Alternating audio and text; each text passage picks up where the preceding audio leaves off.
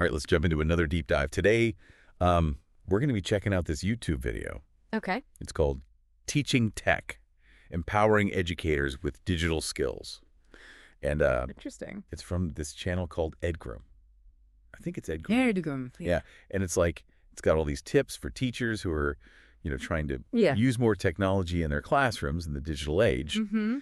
And so we're going to kind of unpack the key takeaways together. Yeah, one thing that really struck me about this video is the speaker himself. Oh, yeah. He's an Indian physics teacher, but he's also taught in the U.S. So he's got this really unique perspective on how technology is impacting education in different parts of the world. Oh, that's cool. Like he's seen both sides of the coin. Exactly. Where does he even start?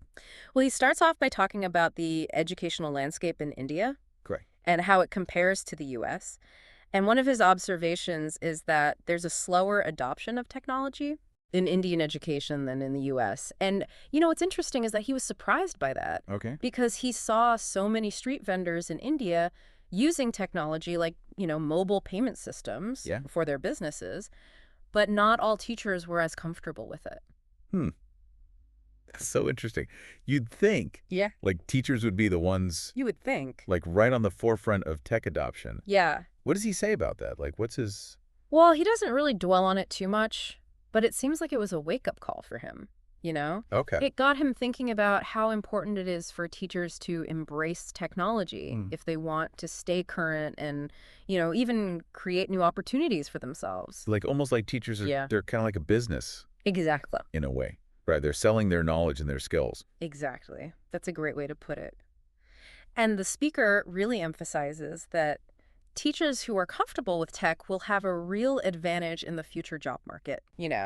He sees technology as this key driver of professional development and earning potential for educators. I like that.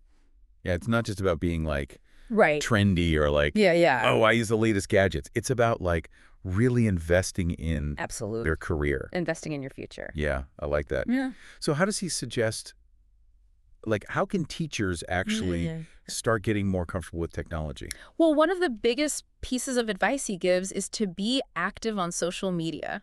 Wait, hold on. I already know what some teachers are thinking right now. Uh-oh. They're like, social media? Isn't that a distraction? That's a fair point. But the speaker actually argues that social media can be a really powerful tool for teachers if they use it strategically. Okay. He's a huge advocate for networking, Okay. He sees platforms like LinkedIn and Twitter as ways for teachers to connect with other educators, find resources, and even build their own personal brand. So it's like almost like building your professional presence online. Exactly. Like a portfolio of your work and your expertise. Okay, cool. And he gives any examples of like how he's done this himself? Yeah. He talks about how he's used his own network to help his students. Oh, cool. Like he'll connect his current students with former students who are now studying at like prestigious universities or working in, specific fields that they're interested in. That's awesome. That's like building a pipeline. It is. Yeah. It's like mentorship through his social connections. That's so cool. And it's not just about the career stuff either. He talks about using social media. Yes. To like stay motivated and get encouragement from others. Yeah. He mentions that he saves positive messages from students and parents and uses them as a source of inspiration when he's feeling burned out. I love that because it is such a emotionally demanding job. It is a tough job. So yeah, sometimes those little boosts of encouragement can make all the difference. Definitely. So we've got social media for networking, career advancement. What about the actual tools? Like what are some... Okay, so moving on to the tools. Yes. He spends a good amount of time talking about Canva. Canva. Okay, so for anyone who's not familiar, do you just give like a quick rundown of what Canva is and how it can be used? Sure. Canva is basically a design platform that's become super popular. It's really user-friendly. You can use it to create visual content, like presentations, posters, social media graphics. You can even build simple websites with it. Wow. And the speaker actually shows how he uses it as a digital whiteboard in his classroom. Oh, that's cool. So you can like write on it. You can write on it. During the lesson. Exactly. That's neat. But does he mention any other? He does. He briefly mentions Adobe Express and Microsoft Whiteboard. But his main focus is on Canva. Because it's free and very intuitive to use, even for people who aren't like design experts. Gotcha.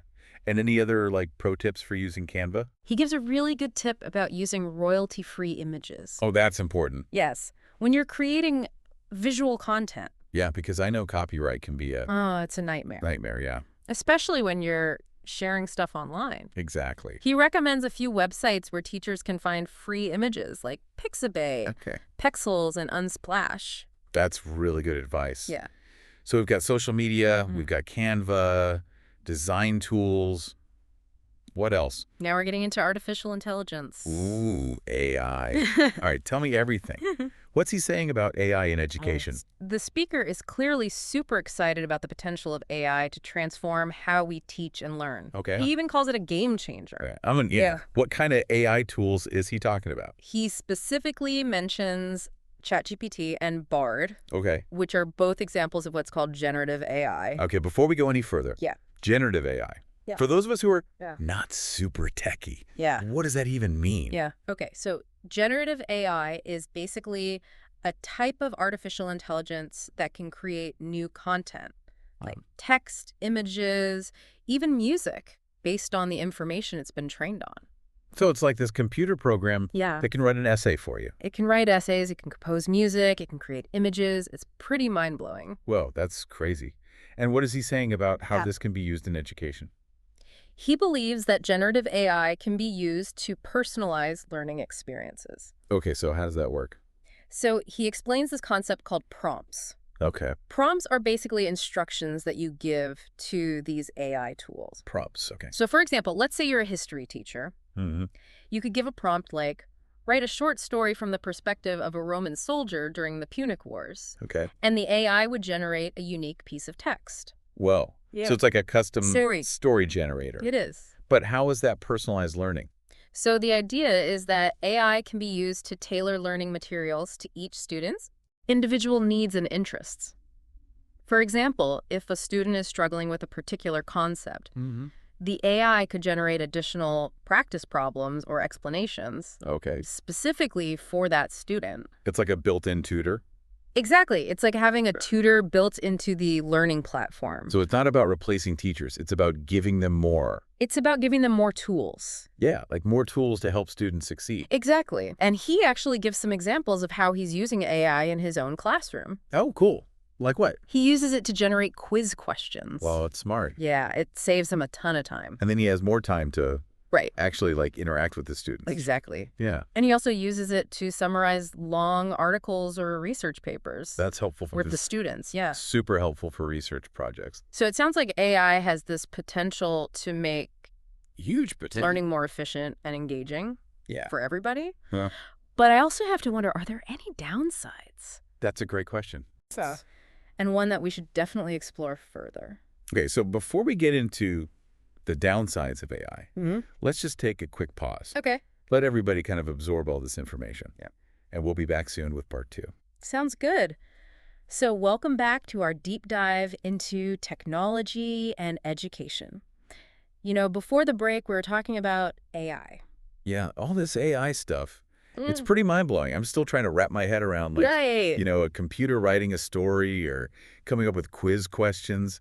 It's wild. Yeah, it is pretty wild, but it's also super exciting, you Oh. know? Definitely.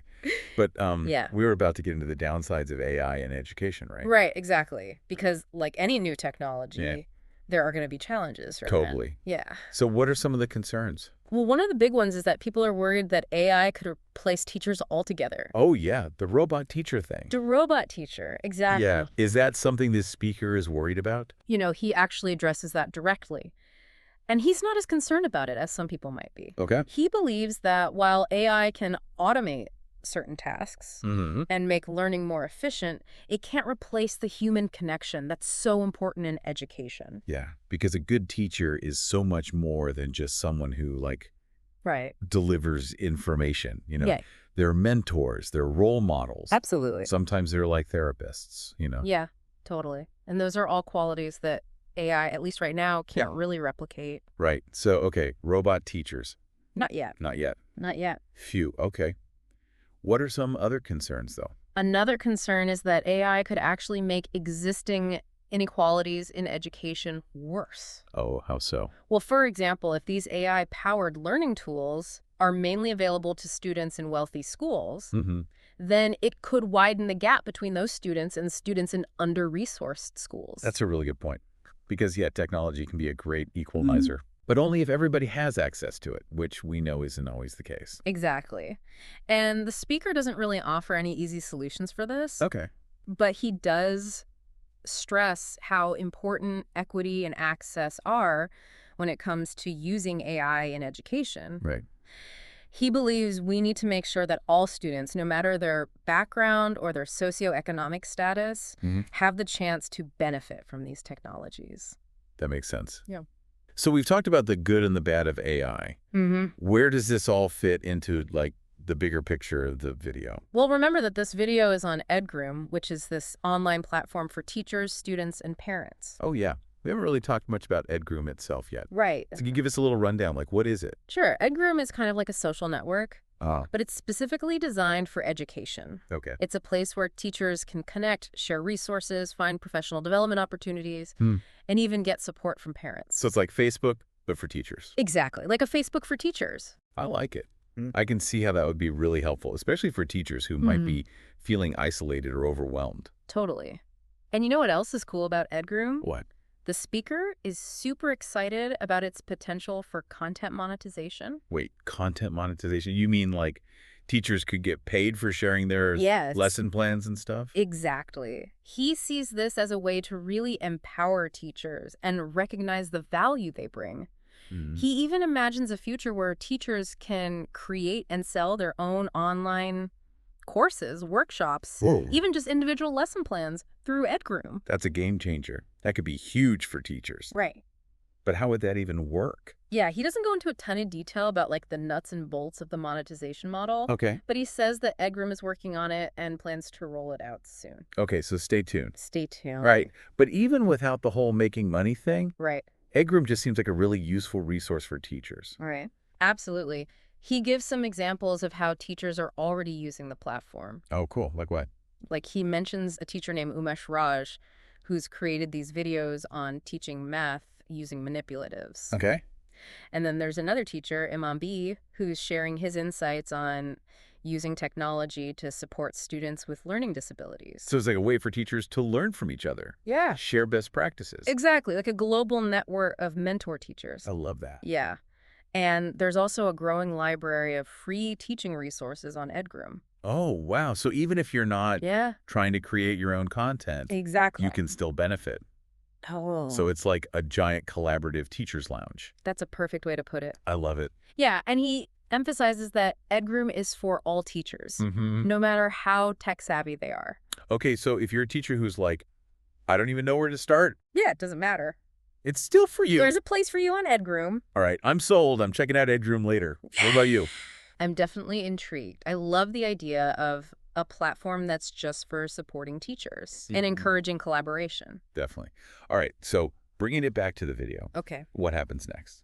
Well, we've talked about a lot, from the changing world of education to AI and EdGroom.